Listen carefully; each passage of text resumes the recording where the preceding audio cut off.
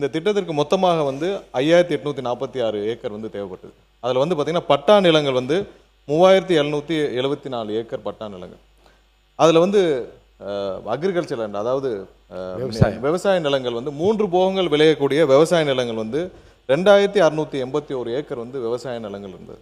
So அரசு நிலங்களாக இதில் காட்டப்பட்ட நிலங்கள் வந்து 1972 ஏக்கர் அரசு நிலங்களாக காட்டப்பட்டது.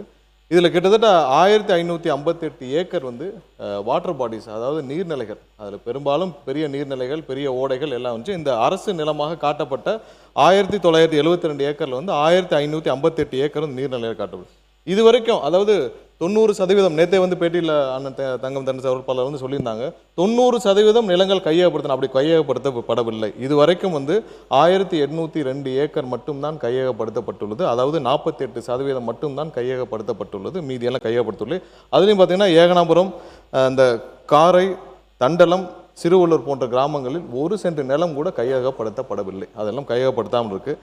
நில எடுப்பு பணிகளுக்காக அங்கே டிஆர்ஓ, ஆர்டிஓ எல்லாம் போடப்பட்டு பணிகள் நடைபெற்று கொண்டிருக்கிறது.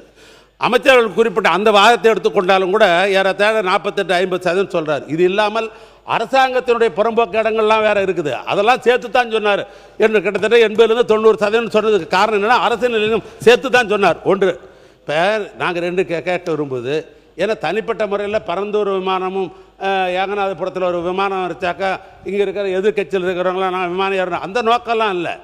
இந்த தமிழ்நாட்டுடைய பொருளாதாரத்தை முன்னேற்ற வேண்டியங்கிற அடிப்படையில் விமானத்தை விரிவாக்கம் பண்ணோம். பக்கத்தில் கர்நாடக மாநிலம், பக்கத்தில் இருக்க ஆந்திராவெல்லாம் விரிவாக்கம் செய்யப்பட்டு பொருளாதாரம் நாளுக்கு நாள் கூடிக்கொண்டிருக்கிறது. அந்த அடிப்படையில் தான் இந்த முயற்சி. இது தனிப்பட்ட முறையில் திராவிட முன்னேற்ற கழகம் இல்லை.